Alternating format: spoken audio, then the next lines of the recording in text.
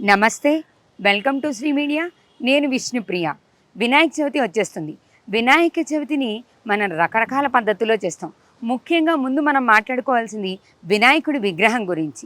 మనకి చాలా పొల్యూషన్ ఉందని ఈ వినాయకుడి విగ్రహాలు ప్లాస్టర్ ఆఫ్ ప్యారిస్తోనూ రకరకాలుగా తయారు చేయడం వల్ల పవిత్రత పోవడమే కాకుండా కాలుష్యం కూడా ఏర్పడుతుందని మనం బాగా వింటూనే ఉన్నాం.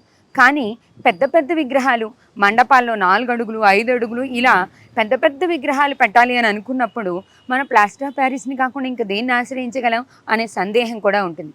కానీ మీరు ఎంత పెద్ద విగ్రహం పెట్టుకున్నా కూడా పూర్తిగా మట్టితో తయారు చేసిన విగ్రహాలు పెట్టుకునే అవకాశం కల్పించబడుతుంది. ఇప్పుడు మొదటి ముద్ద హోటల్ వాళ్ళు వనస్థలిపురంలో కంప్లీట్గా మట్టితో విగ్రహాలని తయారు చేస్తున్నారు.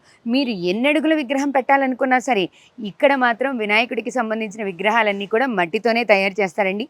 మీరు ఇంట్లో పెట్టుకోవడం దగ్గర నుంచి మండపం వరకు ఎన్ని అడుగుల విగ్రహాన్ని పెట్టాలన్నా ఆ వినాయకుడు మట్టితోనే మన ఇంటికి రాబోతున్నాడు. ఇక్కడ ఏమేమి మోడల్స్ ఉన్నాయి, ఎలా ఉన్నాయి, మట్టితో అంత పెద్ద విగ్రహం నిలబడుతుందా అని అనుకుంటున్నాం కదా. సో లోపలికి వెళ్ళి చూద్దాం. అలాగే నిమజ్జనం అప్పుడు కూడా దీన్ని ఏ నదిలో కలిపినా, ఏ సరస్సులో కలిపినా, ఏ నీళ్ళల్లో కలిపినా మట్టి కాబట్టి నీళ్ళల్లో కలిసిపోతుంది. ఎటువంటి కాలుష్యం లేకుండా ఉంటుంది. వాతావరణ కాలుష్యాన్ని అరికట్టడం కూడా మనకి చాలా అవసరం కదా. సో ఇప్పుడు మనం మట్టితో చేసిన వినాయకుడి విగ్రహాన్ని చూద్దాం. నాతో పాటు రండి. మన పండగల వెనకాల ఒక సాంప్రదాయము, అలాగే మన ఆరోగ్యాన్ని పరిరక్షించే ఒక విధానము ఖచ్చితంగా ఉంది. కానీ మనకి అది సరిగ్గా తెలియకపోవడం వల్ల మనం దాన్ని రకరకాలుగా పద్ధతిలో పాటించడం వల్ల పండగలకున్న అసలు అర్థం పోతుంది అంటే దాంట్లో అతిశయోక్తి లేదు. కానీ వినాయక చవితి విషయానికి వస్తే ప్రతి ఇంట్లోనూ చిన్న పెద్ద అందరూ కలిసి చేసుకునే పండగ కదా. మరి అలాంటి పండగలో వినాయకుడి విగ్రహానికి ఖచ్చితంగా పవిత్రత ఉంటుంది. వినాయక చవితిలో మనం పెట్టే లడ్డూలు, ప్రసాదాలు, లేకపోతే మనం చేసే హంగులు, ఆర్భాటాలు ఇవన్నీ ఒక ఎత్తు అయితే ముఖ్యంగా ముందుగా కావాల్సింది వినాయకుడి విగ్రహం.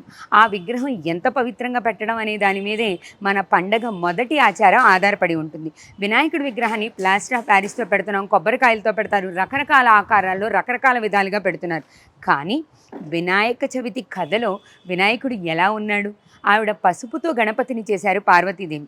మనం పసుపుతో గణపతిని చేసుకోవచ్చు, లేదా మట్టితో విగ్రహాన్ని చేసి ఆ మట్టితో చేసిన విగ్రహానికి 9 రోజులు పూజ జరిపించిన తర్వాత నవరాత్రులు పూర్తయిన తర్వాత దీన్ని తీసుకువెళ్ళి ఏ నీళ్ళల్లో కలిపినా కూడా ఎటువంటి కాలుష్యం లేకుండా ఉంటుంది. పండక్కి అసలు అర్థం, అందం కూడా వస్తుంది. అది చెప్పే ప్రయత్నంలోనే మేము ఇక్కడికి వచ్చాం. ఇది వనస్థలిపురంలో ఉందండి. ఇక్కడ ఉన్న విగ్రహాలన్నీ పూర్తిగా మట్టితో తయారు చేయబడినవి. ఎటువంటి కెమికల్స్ కానీ, ప్లాస్టర్ ఆఫ్ ప్యారిస్ కానీ, రంగులు కానీ, మరి ఏ ఇతర వస్తువులు వాడకుండా పూర్తిగా మట్టితో తయారు చేశారు. ఎంత పెద్ద విగ్రహం కావాలన్నా, మీరు ఇంట్లో పెట్టుకునే విగ్రహం దగ్గర నుంచి మండపాల్లో పెట్టుకునే విగ్రహాల వరకు మీకు ఏ సైజు విగ్రహాలు కావాలన్నా ఇక్కడ మట్టి విగ్రహాలు ఖచ్చితంగా దొరుకుతాయి. మీరు కూడా ఇక్కడ ఉన్నటువంటి మట్టి విగ్రహాలతో పూజ చేసుకోవచ్చు. వీళ్ళ నెంబర్ కింద స్క్రోల్ అవుతుంది, ఆ నెంబర్కి కాంటాక్ట్ చేయండి. అలాగే అడ్రస్ కూడా క్లియర్గా డిస్క్రిప్షన్ బాక్స్లో ఇచ్చాము. మీరు వాళ్ళని కాంటాక్ట్ చేసి మీ దగ్గరలో ఉన్నవాళ్ళు, దూరంగా ఉన్నవాళ్ళు కూడా కాలుష్యరహితంగా ఉన్నటువంటి వినాయక చవితిని చేసుకోవాలి అనుకుంటే ఖచ్చితంగా మీరు వీళ్ళని సంప్రదించాలి. మీకు కావాల్సిన విగ్రహాన్ని మీరు తీసుకోవచ్చు. నేను చూపిస్తానండి. ఇక్కడ కనిపిస్తుంది కదా. మనకు ముందుగా ఉన్న సందేహం ఏంటి అంటే ఇంత పెద్ద విగ్రహం మట్టితో తయారు చేయబడుతుందా అని. ఇక్కడ 2 రకాల మట్టిని మనకు చూపించారు. నేను మీకు చిన్న చిన్న విగ్రహాల్లో కూడా చూపిస్తాను. ఇది పూర్తిగా మట్టితో తయారు చేయబడినటువంటి విగ్రహమే. దీనివల్ల ఎటువంటి కాలుష్యకారకంగానూ ఉండదు, వాతావరణానికి ఎటువంటి హాని జరగదు. అలాగే ఇక్కడ 2 రకాల మట్టులు అంటే రంగులు 2 రకాలుగా కనిపిస్తున్నాయి. ఒకటి కలకత్తా నుంచి తీసుకొచ్చిన మట్టితో తయారు చేస్తున్నారు. రెండోది మన నదులలో దొరికే అన్ని రకాల మట్టిని కలిపి చిన్న చిన్న విగ్రహాలు కూడా చేశారు. నేను వాటిని కూడా చూపిస్తాను. ఒకసారి నాతో పాటు రండి. ఇక్కడ రకరకాల రంగుల్లో కనిపిస్తున్నాయి, కానీ మట్టిలో ఉన్న రంగులే మనకి తేడాలు కనిపిస్తున్నాయి. కానీ ఇంకా ఏ విధమైన రంగుల్ని వీళ్ళు వాడలేదు. కేవలం అలంకరణ కోసం మాత్రమే చిన్న పెయింట్ లాంటిది వాడారు. ఇది పూర్తిగా మట్టితో తయారు చేయబడిన విగ్రహమే. ఈ మట్టి విగ్రహాలని తయారు చేయడం కూడా నేను ఇప్పుడు మీకు చూపిస్తాను. వాళ్ళు స్వయంగా ఇక్కడే తయారు చేస్తున్నారు చాలా విగ్రహాలు. పూర్తిగా ఈ మొత్తం హైదరాబాదే కాదు, పరిసర ప్రాంతాల్లో ఎవరెవరైతే మట్టి విగ్రహాలు పెట్టాలనుకున్నారో వాళ్ళందరికీ కూడా ఇక్కడి నుంచి సప్లై చేస్తున్నారు. ఒకసారి మీరు అటు చూసినట్లయితే ఎన్ని విగ్రహాలు ఉన్నాయో కనిపిస్తున్నాయి కదా. సైజుల వైజ్గా మీకు ఏ సైజు కావాలి, 2 అడుగులు, 1 అడుగు చిన్న విగ్రహం దగ్గర నుంచి పెద్ద పెద్ద విగ్రహాల వరకు కూడా తయారు చేస్తున్నారు. ఎలా తయారు చేస్తారో నేను మీకు చూపిస్తాను. ఇప్పుడు మనం ఇక్కడ చూస్తున్నాం కదా, ఇక్కడ ఆయన చేతిలో ఉన్నదంతా కంప్లీట్గా మట్టి అండి. మట్టితోనే ఈ తొండానికి ముందుగా తయారు చేసిన విగ్రహాల్లో కొంచెం చిన్న చిన్నగా ఏదైనా క్రాక్ లాగా వస్తే ఫైనల్గా మళ్ళీ అవుట్పుట్ చేస్తుంటారు. మట్టి కాబట్టి మధ్యలో కొంచెం ఇలా బిరుసుగా అవుతుంది కదా, ఆ మట్టితోనే ఈ తొండానికి వాళ్ళు రాస్తున్నారు. చూస్తున్నారు కదా, చేతిలో ఉన్నదంతా కూడా మట్టి. నేను చూపిస్తాను మీకు. ఈ ఇంత పెద్ద విగ్రహం మట్టితో ఎలా వస్తుంది అనే సందేహం అయితే మీకు ఉంటుంది కదా. చూడండి, ఇది పూర్తిగా మట్టి. విగ్రహం మొత్తం మట్టితోనే తయారు చేస్తారు. ఈ మధ్యలో మీకు పీసులాగా, అంటే మనం భాషలో కొబ్బరి పీచులాగా కనిపిస్తోంది. ఇది మాత్రమే కలిపి ఉంటుంది. ఇది మట్టితోని. ఈ విగ్రహం మొత్తం కూడా ఇలా తయారు చేయబడింది. ఎండిన తర్వాత మనకి ఇలా కనిపిస్తుంది. చూస్తున్నారు కదా, ఇక్కడ ఉన్న ఈ ఒక్క విగ్రహమే కాదు, చిన్న విగ్రహం దగ్గర నుంచి పెద్ద విగ్రహం వరకు మీరు ఏ విగ్రహం చూసినా అది పూర్తిగా మట్టితో తయారు చేయబడింది. దానికి కావాల్సిన సామాగ్రి అంతా కూడా ఇక్కడ కనిపిస్తుంది. చూడండి, వాళ్ళు కొద్దిగా నీళ్లు దాన్ని తడుపుకోవడం కోసం అవి మాత్రమే ఏర్పాటు చేసుకున్నారు. మనం తయారు చేసేది కూడా చూస్తున్నాం కదా, ఇక్కడ పూర్తిగా మట్టితోనే తయారు చేస్తున్నారు. ఇంత పెద్ద విగ్రహం మట్టితో ఎందుకు చేస్తారు, లేకపోతే ఈ పైన ఉన్న కలర్ మాత్రం వేశారు, ఇలాంటి సందేహాలు ఉంటాయి. కానీ లేదు, మొత్తం మట్టితోనే చేసిన విగ్రహాలు ఇక్కడ ఉన్నాయి. మట్టి విగ్రహాలు పెట్టడం వల్ల మనం కాలుష్యాన్ని చాలా వరకు నివారించవచ్చు. అలాగే వినాయకుడిని కూడా చాలా పవిత్రంగా పెట్టాము అనే భావన కలుగుతుంది. ఇంకా నేను చాలా చాలా విగ్రహాలు చూపిస్తాను మీకు.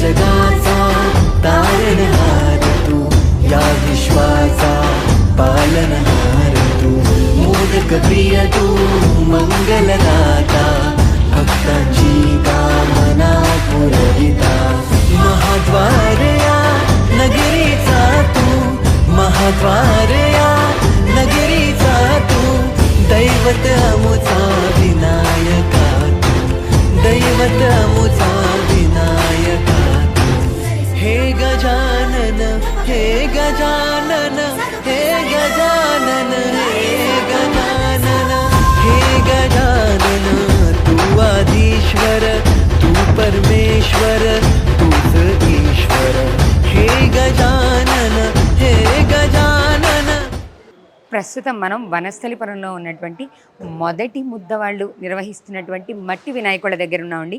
ముందుగా చెప్పుకున్నట్టు ఇంట్లో ఉన్న చిన్న విగ్రహం దగ్గర నుంచి మీరు ఎన్ని అడుగుల విగ్రహం పెట్టాలన్నా పూర్తిగా మట్టితో తయారు చేసి ఇవ్వడం అనేది వీళ్ళ ప్రత్యేకత. ఇప్పుడు మనతో పాటు శ్రీనివాస్ గారు ఉన్నారు. మన మధ్యలో కనిపిస్తున్న ఈ విగ్రహం కూడా ఇది నా అంత ఎత్తుందండి. దాదాపుగా వినాయకుడు నా అంత ఎత్తున్నారు. ఇంత పెద్ద విగ్రహాన్ని కూడా పూర్తిగా మట్టితోనే తయారు చేశారు. మండపాల్లో పెట్టే విగ్రహాలు మట్టితో అసాధ్యమని, అందుకే ప్లాస్టర్ ఆఫ్ ప్యారిస్ కానీ, రకరకాల కెమికల్స్ కానీ, ఇలా థర్మకోల్ కానీ ఎన్నో వాడుతూ ఉన్నాం. వీటి వల్ల వాతావరణ కాలుష్యం ఏర్పడుతుంది. మనం నిమజ్జనం చేసినప్పుడు నీటి కాలుష్యం కూడా ఏర్పడుతుంది. కానీ మట్టితో తయారు చేయడం వల్ల ఈ కాలుష్యాన్ని మొత్తాన్ని అరికట్టవచ్చు. అలాగే వినాయకుడు కూడా ఎంతో పవిత్రంగా ఉంటాడు కదా.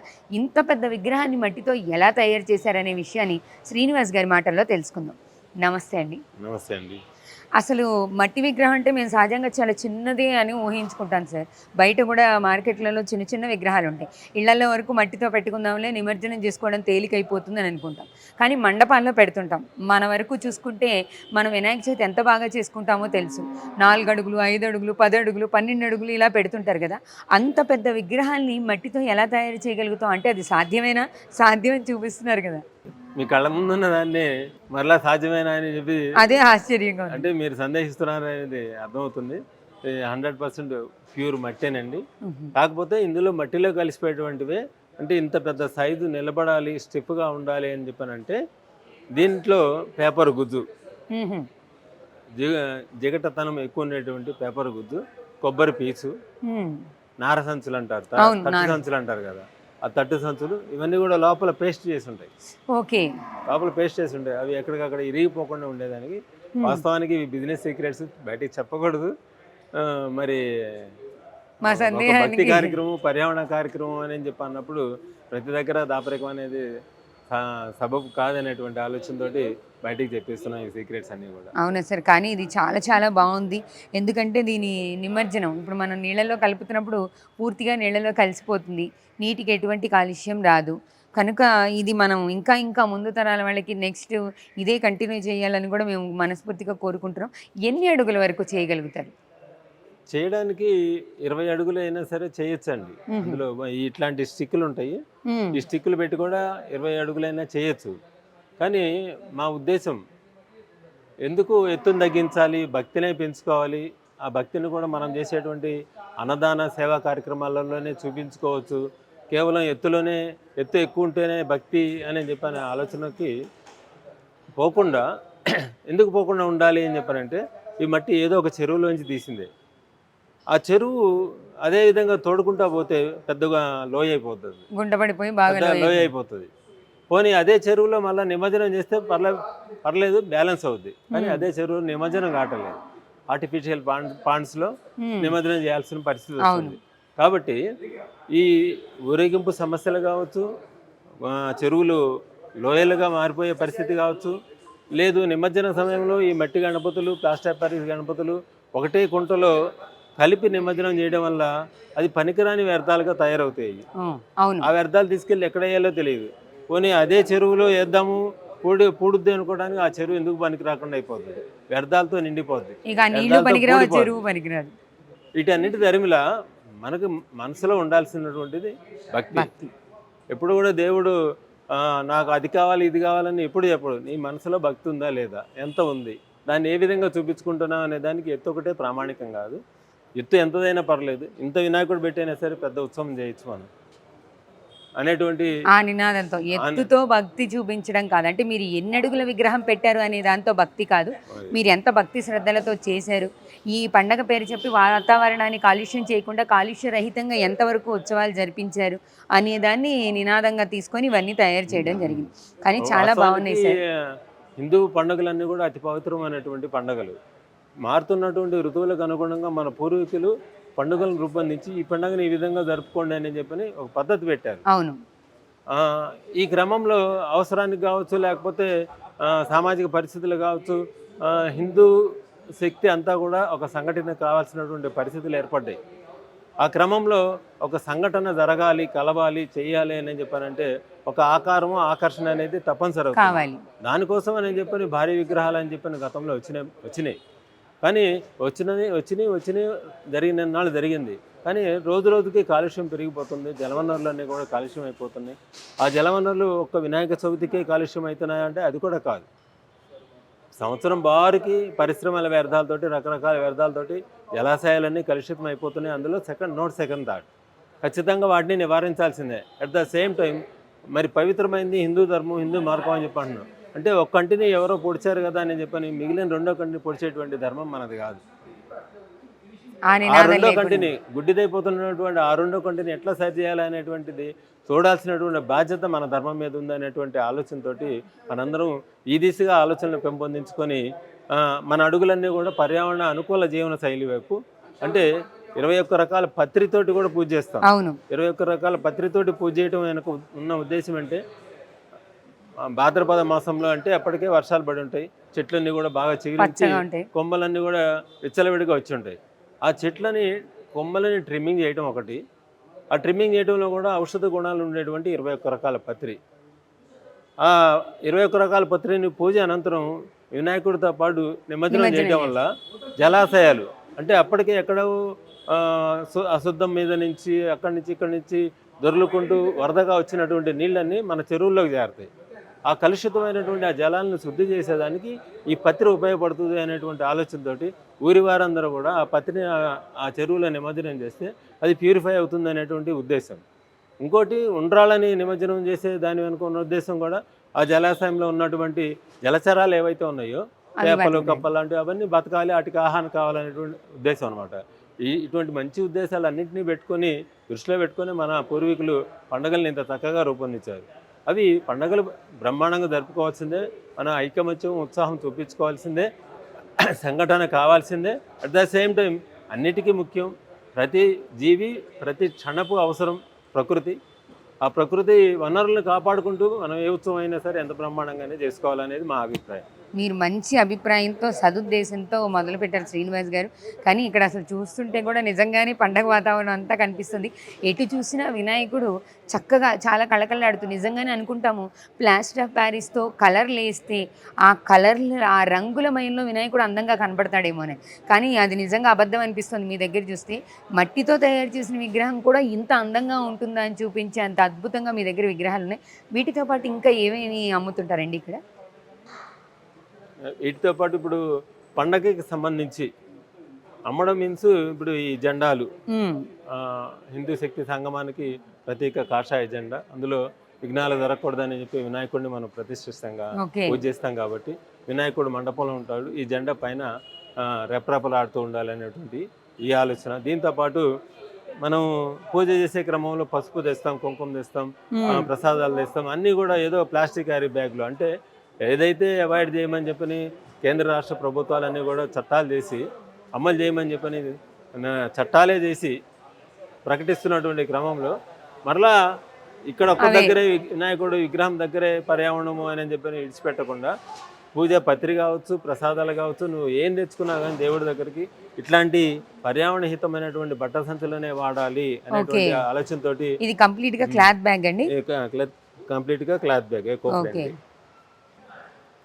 మనం తెచ్చుకునే పూజా సామాగ్రి కూడా ఈ క్లాత్ బ్యాగ్ లోనే బట్ట సంచిలోనే తీసుకురావాలనేటువంటి సందేశము ఈ విగ్రహంతో పాటు ఈ బ్యాగ్ కూడా ఇస్తామండి. ఓకే. ఈ బ్యాగ్ తో పాటు మరి ప్రసాదాలు 9 రోజుల 11 రోజుల ప్రసాదాలు కూడా పంచుతారు మన వాళ్ళు.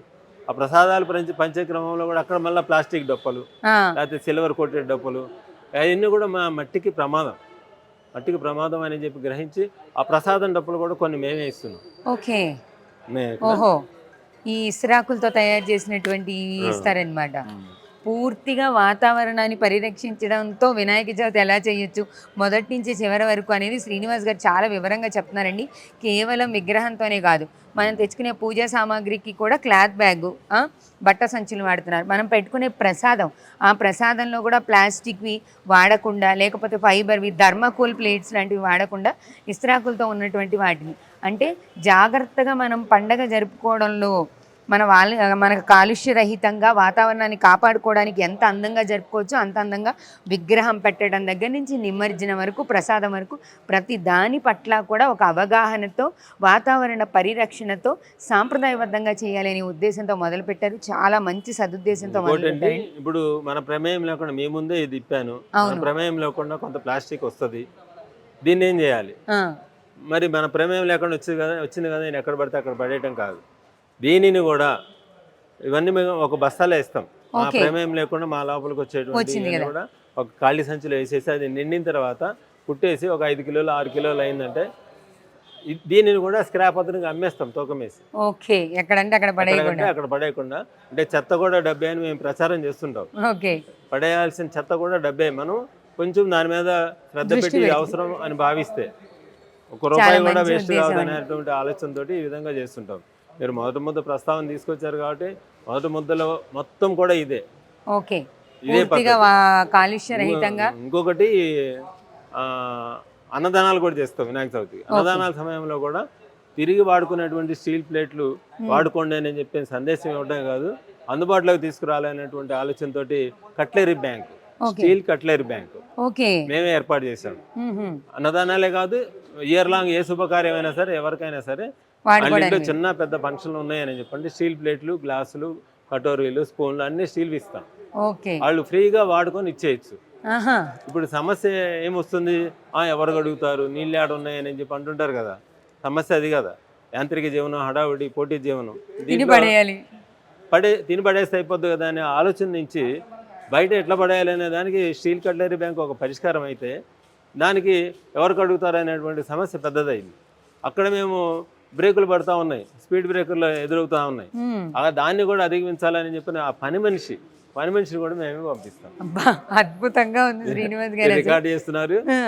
ఇది ఊరికే మన ఇద్దరం పర్సనల్ గా ఉంటే చెప్తే అవతల పోయిన తర్వాత నేను ఏదన్నా మాట తప్పచ్చు. కానీ చూడండి రికార్డ్ చేస్తున్నారు. అసలు శ్రీనివాస్ గారు ఇప్పుడు మనకి స్టీల్ ప్లేట్లు గ్లాసులు అన్నీ ప్రొవైడ్ చేస్తారు మీ ఫంక్షన్లకి, హ్యాపీగా వాటిని వాడుకొని మళ్ళీ తిరిగి ఇచ్చేయచ్చు. ఇవి కడగడం శ్రమ. అంటే ఈ ప్రయత్నం మొదలు పెట్టినప్పుడు ఎన్ని ఆటంకాలు వస్తుంటాయి.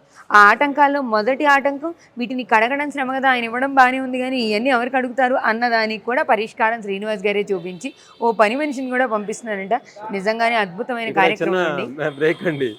ఆ పని మనిషి మీద జీతం మాత్రం ఇవ్వాలి. అన్నీ పూర్తిగా ఇవ్వడానికి అవకాశం ఉండదు కదండి. పని మనిషికి మాత్రం మీరు అంటే అసలు కడిగే వాళ్ళు లేరండి అనే సమస్యకి అయితే పరిష్కారం చూపించారు కదా. మనం ప్లేట్లు గ్లాసులు కొనుక్కున్న డబ్బులు అవుతాయి కదండి, దాంట్లో కొంత డబ్బులతో ఆవిడకి మనం ఉపాధి కూడా కల్పించినట్టు అవుతుంది, ఆవిడకు పని కల్పించినట్టు అవుతుంది, మనం వాతావరణాన్ని కాపాడినట్టు కూడా అవుతుంది. చాలా సదుద్దేశంతో మంచి ఉద్దేశంతో మొదలు పెట్టారండి. ఇంకా చిన్న చిన్నవి విగ్రహాలు కూడా చేయిస్తుంటారు కదా. అయితే శ్రీనివాస్ గారు అడగచ్చా లేదా అనేది తెలియదు, కానీ మా వ్యూవర్స్కి ఖచ్చితంగా డౌట్ వస్తుంది కాబట్టి అడిగేస్తున్నాం. రేటు విషయంలో వాటికి వీటికి వ్యత్యాసం ఉంటుందా? ఎప్పుడు కంపేర్ చేయలేదండి, మేము గమనించలేదు కూడా. ఓకే. మాది ఇది పర్యావరణ పరిరక్షణ అనేది జీవిత లక్ష్యంగా. జీవిత లక్ష్యం అంటే గొప్ప కోసము నేనేదో సాధించానని చెప్పుకోవడానికి కూడా కాదు. మనం భావితరాలంటే మన పిల్లలు ఉన్నారు, వాళ్ళకి ఎటువంటి వాతావరణాన్ని ఎటువంటి సమాజాన్ని మనం అప్పచెప్తున్నాము అనేటువంటి ఆలోచన తల్లిదండ్రులుగా మాకు బాధ్యత ఉంది అనేటువంటి ఆలోచనతోటి ఇవన్నీ కూడా సాహసం చేసి ముందడుగు వేసి చేస్తున్నాం. ఎప్పుడు మొదలు పెట్టారు దీన్ని? మట్టి వినాయకుళ్ళు 2010లో అనుకుంటా అండి. 2010లో రూపాయికి ఇవ్వడం మొదలు పెట్టాం. ఓకే. ₹1 తీసుకొని మట్టి వినాయకుడు ఇచ్చేవాళ్ళు. అంటే వినాయకుడిని ఫ్రీగా తీసుకోరు అని చెప్పి అంటారు కదా అని రూపాయితో మొదలు పెట్టాం. అది ఇప్పటికీ కొనసాగుతుంది. వచ్చే వినాయక చవితి రోజు కూడా 7వ తేదీ ఉదయం 7 గంటల నుంచి మా మొదటి ముద్ద దగ్గర వనస్థలిపురం గణేష్ టెంపుల్ దగ్గర మొదటి ముద్ద శాఖ దగ్గర ఉదయం 7 గంటల నుంచే మేము మొదట్లో పబ్లిసిటీ ఇచ్చేవాళ్ళం, కరపత్రాలు కొట్టేయడం, పేపర్లో ఇవ్వడం. ఇప్పుడు ఏం అవసరం లేదు, పెద్ద క్యూ ఉంటుంది అనమాట. అక్కడ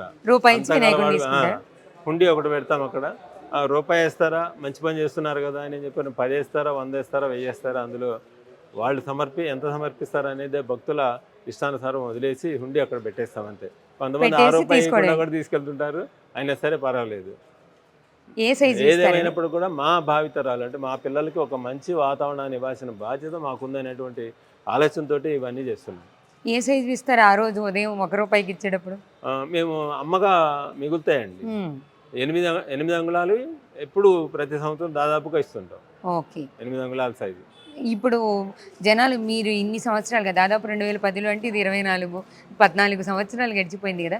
ఇప్పుడు మీరు మార్కెట్తో కంపేర్ చేసుకుంటే జనాలు ఎక్కువ ఇటువైపు వస్తున్నారా? మీరు ఏ సదుద్దేశంతో అయితే మొదలు పెట్టారో ఆ ఉద్దేశం పూర్తయినట్లయినా ఎక్కువగా కొనడానికి వస్తున్నారా? ఖచ్చితంగా అండి. ఇళ్లలో పూజించేటువంటి వినాయకుళ్ళు, చిన్న సైజు వినాయకుళ్ళన్నీ కూడా 90% మంది మారిపోయారు. ఓకే. మిగతా పేరెంట్స్ పిల్లల్ని కన్విన్స్ చేయలేని పరిస్థితి ఉంది. పిల్లలు ఏడిస్తే కానీలే అని చెప్పి అనుకునే ఆ 10% ఇంటి వినాయకుడికి. పెద్ద వినాయకుడు అంటే కాలనీ సంక్షేమ సంఘాలు, అపార్ట్మెంట్ అసోసియేషన్ లాంటి పెద్ద వయసు సంఘాల వాళ్ళు ఉన్నటువంటి వాళ్ళందరూ కూడా ఇటువైపు మరలారు, వస్తున్నారు. మట్టి వినాయకుళ్ళ వైపు మరలారు. కొద్దిగా యువత వీధుల్లో కూర్చోటువంటి ఆ మండపాలలో పోటీ భావన ఉంటుంది కదా, యువరక్తం, వాళ్ళలో మాత్రం కొంత మార్పు రావాల్సినటువంటి అవసరం ఉంది. పెద్ద వినాయకుల్లో అయితే 60-70% మార్పు వచ్చింది, చిన్న వినాయకుల్లో అయితే 90% మార్పు వచ్చింది. ఇంకా మార్పు రావాల్సిన అవసరం ఉంది. ఏదేమైనప్పుడు కూడా మొత్తం మారిపోద్ది ఒకటేసారి అని చెప్పని ఆశించడం అదే అయ్యేదేం కాదు. మేము కూడా ఆశించట్లేదు. ఈ క్రమంలో మేము అనేక రకాల అవరోధాలు, ఒడిదుడుకులు, ఇబ్బందులు అన్నిటినీ ఎదుర్కొంటూనే ఉన్నాము. అయినప్పుడు కూడా ఏదో ఒక లక్ష్యం, ఇది అవసరమైనటువంటి ఒక కార్యక్రమం అనేటువంటి ఆలోచనతో విఘ్ననాయకుడి ఆశీస్సులతోటి చేసుకుంటూనే పోతున్నాం. ఎన్ని రోజులు ముందు మొదలు పెడతారు శ్రీనివాస్ గారు? అంటే ఇవన్నీ ఇక్కడే తయారు చేస్తారా? లేదండి, రకరకాల ప్లేసులు తెలంగాణ రాష్ట్రంలో అవుట్స్కర్ట్స్, సిటీ అవుట్స్కర్ట్స్ కావచ్చు, కొద్దిగా దూరం జిల్లాలు కావచ్చు. ఎన్ని రోజులు ముందు మొదలు పెడతారు? అంటే ఇప్పుడు సెప్టెంబర్ 7వ తారీఖు వినాయక చవితి, దానికి ఎన్ని నెలలు ముందు మొదలు పెడతారు? ఎండాకాలం ఇక రోహిణి కార్తె బగబగలు కొద్దిగా తగ్గుతున్నాయి అనిపించినప్పుడు మొదలు పెట్టేస్తారు.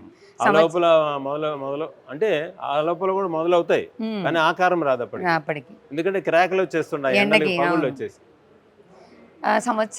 ప్రతి సంవత్సరం ఇప్పుడు ఒక సంవత్సరం తీసుకుంటే ఎన్ని విగ్రహాలు బయటకి ఇవ్వగలుగుతున్నారు, మట్టి విగ్రహాలు? మేము మొట్టమొదటి సంవత్సరం 150 ఏమో ఇచ్చామండి. 14వ సంవత్సరం ఇప్పుడు 150 ఏమో ఇచ్చాము. ఇప్పుడు మా చేతుల మీదుగా ఏ రకంగా కావచ్చు 70,000 80,000 వినాయకుళ్ళు తెలంగాణ రాష్ట్రం మొత్తం కూడా మా చేతుల మీదుగా వెళ్తున్నాయండి. 70,000 విగ్రహాలు మట్టితో. నిజంగా ఇది సాధారణమైన మార్పు అయితే కాదు, చాలా మంచి మార్పు, మనం ఆశిస్తున్నటువంటి అద్భుతమైనటువంటి మార్పు. 150 విగ్రహాలు ఇవ్వడం మొదలుపెట్టిన శ్రీనివాస్ గారు ఈరోజు 14 సంవత్సరాల్లో 70,000 విగ్రహాలు ఇస్తున్నారు అంటే ఖచ్చితంగా మీరు అనుకున్న ఉద్దేశం నెరవేరిందని మేము అనుకుంటున్నామండి. చాలా చాలా సంతోషంగా ఉంది. నేను మళ్ళీ మళ్ళీ చెప్తున్నాను, రకరకాల రంగుల మధ్యలో కనిపించే వినాయకుడి కంటే గణపతి కంటే కూడా ఇక్కడ ఉన్నటువంటి గణపతి ఇంకా అందంగాను శోభాయమానంగాను కనిపిస్తున్నాడు. ఆయనను వర్ణించడానికి మాటలు అయితే సరిపోవట్లేదు, చాలా అద్భుతంగా ఉంది. మీ వాళ్ళు ఇంకా దానికి మెరుగులు దిద్దుతున్నారు కదా, అవి కూడా మేము మా వ్యూవర్స్కి చూపిస్తాము. చూశారు కదా, శ్రీనివాస్ గారు చాలా మంచి ఉద్దేశంతో మంచి సంకల్పంతో మొదలుపెట్టారు. దీంట్లో లాభాపేక్ష లాంటివి వ్యాపార ధోరణి నిజంగానే లేదండి. విగ్రహం పెట్టడం దగ్గర నుంచి నిమజ్జన వరకు చేసే ప్రతి కార్యక్రమము కూడా వాతావరణాన్ని కాపాడేదిగా ఉండాలి, తరువాతి తరాలకి ఒక మంచి సందేశాన్ని అందించేదిగా ఉండాలి అని ఓ మంచి ఉద్దేశంతో మొదలుపెట్టారు. ఆ ఉద్దేశాన్ని దాదాపుగా చాలా వరకు చేరుకున్నారని చెప్పచ్చు. మీరు కూడా మీ ఇళ్లలోనూ మీ మండపాల్లోనూ కూడా మట్టి విగ్రహాలతో వినాయకుడి యొక్క వినాయక చవితిని చేసుకొని నిమజ్జనాన్ని కూడా అంతే పవిత్రంగా చేస్తే మన వాతావరణాన్ని, మన చెరువులని, అలాగే మన నీటిని మనం కాపాడుకున్నట్లు అవుతుంది. గణపతి ఉత్సవానికి ఈ వినాయక చవితికి పెట్టిన అసలు ఉద్దేశం కూడా పూర్తవుతుంది. నమస్తే. మట్టి గణపతిని పూజిద్దాం, మంచినీటిలోనే నిమజ్జనం చేద్దాం, ఎత్తుని తగ్గిద్దాం, భక్తిని పెంచేద్దాం, సహజ రంగులనే వాడేద్దాం, రసాయన రంగులు మానేద్దాం, మట్టిని దేవుడిగా చేద్దాం, భక్తిని పూజగా అర్పిద్దాం. జై నేచర్, జై హింద్.